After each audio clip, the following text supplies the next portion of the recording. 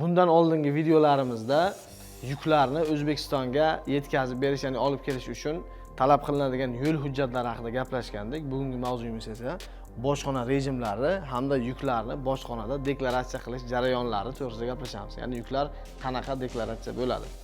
Birinchi navbatda aytib o'tishimiz kerak bo'lgan narsalar bu bojxona rejimlari, ya'ni bojxonada asosan biz qo'llaydigan qanaqa rejimlar bor. Bu IM74, ya'ni bojxona ombori rejimi bo'ladi. Bu rejimdan qachon foydalaniladi?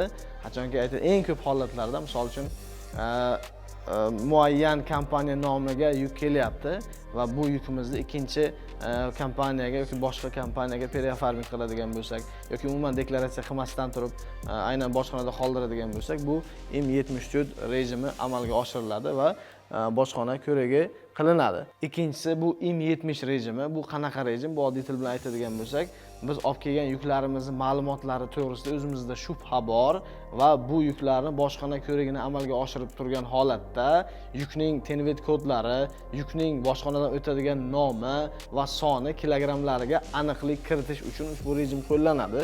Bu rejimda deklaratsiya tashalgandan keyin bojxona ko'rigi inspektori bilan birgalikda yuklarimizni ko'riklarni amalga oshiramiz va aytaylik yuklarni tenvet kodlarida kilosida yoki sonida o'zgarish bo'ladigan bo'lsa, aynan IM70 ni protokolida bu narsa kiritilinadi va undan keyingi deklaratsiya ishlari amalga oshiriladi.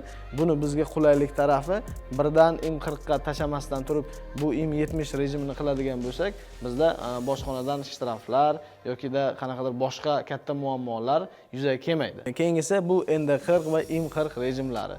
Qachon yuklar IM40 bo'ladi, qachon ND40 bo'ladi? ND degani bu to'liq bo'lmagan import deklaratsiyasi degani. Ya'ni bu yukimizga biz kelajakda sertifikat соответствия, ya'ni muvofiqlik sertifikatini taqdim etgan holatda to'liq 40 rejimiga o'tkazamiz.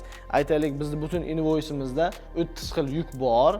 Bu yuklarning ichidan aytaylik 3 xil yoki 4 xil bizga sertifikat talab qiladigan yuklar bo'lib qoladi va mana shu yuklarning sertifikatini 60 kun davomida olish sharti bilan biz endi 40 rejimida yuklarni bostirib olamiz. O sertifikatlarni olgandan keyin biz IM40 ga yuklarni deklaratsiya tashaladi va to'liq import rejimi bo'ladi. Bu bojxona rejimlari to'g'risida ma'lumotlar edi. Endi o'zi yuklar qanaqa deklaratsiya qilinadi? Bojxona jarayonlari qanaqa bo'ladi? Mashina yetib kelgandan keyin qanaqa jarayonlar amalga oshiriladi degan savollarga birma-bir javob beramiz. Tasavvur qiling, sizni bir fura, bir mashina yukingiz O'zbekiston bojxonasiga, bojxona omboriga yetib keldi. Birinchi navbatda mashinada 3 ta yoki 4 ta получатель kompaniyalar bo'ladigan bo'lsa, aynan shu kompaniyalarni ishonchnomasi asosida yetib kelgan shaxslar bilan birgalikda mashina ochiladi, ya'ni yuk mashinasi ochiladi. Yuklar bojxona inspektori bilan birgalikda bojxona omboriga tushirib qo'yiladi. Undan keyin aynan mana shu rejimlarda yuklarni deklaratsiya qilish jarayonlari amalga oshiriladi. Ko'plab holatlarda biz masalan logistika kompaniyalari sborni, ya'ni yig'ma yuklar, turli xil ko'p turdagi tovarlarni olib kelamiz. Biz albatta IM70 rejimini qilamiz, chunki birinchi deklaratsiya IM40 ga tashlashdan oldin biz yuklarni to'liq bojxona inspektori bilan birgalikda ularni ko'rik qilib olishimiz zarur. Sababi, yuqorida aytib o'tgan videolarimizda bor edi, bojxonada koridorlar bor, ya'ni yashil koridor, sariq koridor va qizil koridor.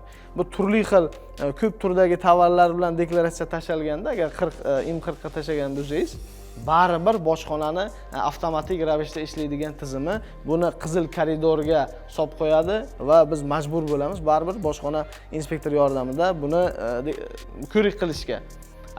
Birdan IM70 qiladigan bo'lsak, bizning ishimiz tezroq va muammosiz bitadi. Bojxona ko'riklari amalga oshirilgandan keyin yuklar to'g'risida inspektorning dalolatnomasi bilan birgalikda IM40 rejimiga tashaladi va deklaratsiyalar bosiladi. Shu bilan yukingizni olib chiqib ketsangiz bo'ladi. Endi rastamoshka to'lovlari nimaga qarab farq qiladi degan savolga javob beramiz.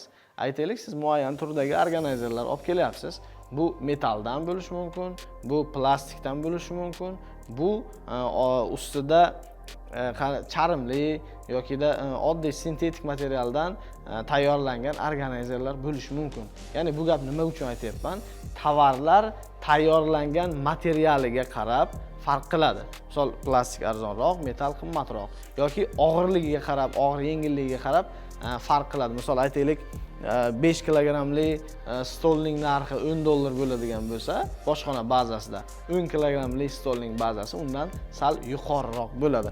Mana shunga qarab boshqona to'lovlar farq qiladi. Bir-biridan bir xil muayyan tavardagi tovarlarning narxlari shunga qarab farq qiladi. Endi umumiy olib qaraydigan bo'lsak, tovarlarning turiga qarab ham boshqona to'lovlar farq qiladi. Aytaylik, O'zbekistonda ishlab chiqariladigan tovarlar bo'ladigan bo'lsa, albatta bunga boshqona bojlari va qo'shimcha xo'sh-stavkalar paydo bo'ladi.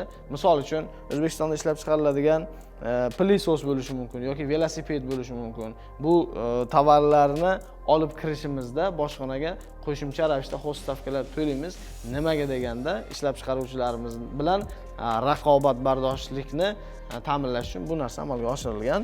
Bojxona va rastamoshka masalalari bo'yicha yana sizda qanaqa savollar bo'ladigan bo'lsa, kommentariyalarga yozsangiz, biz keyingi videolarda shu bo'yicha kontent qilamiz.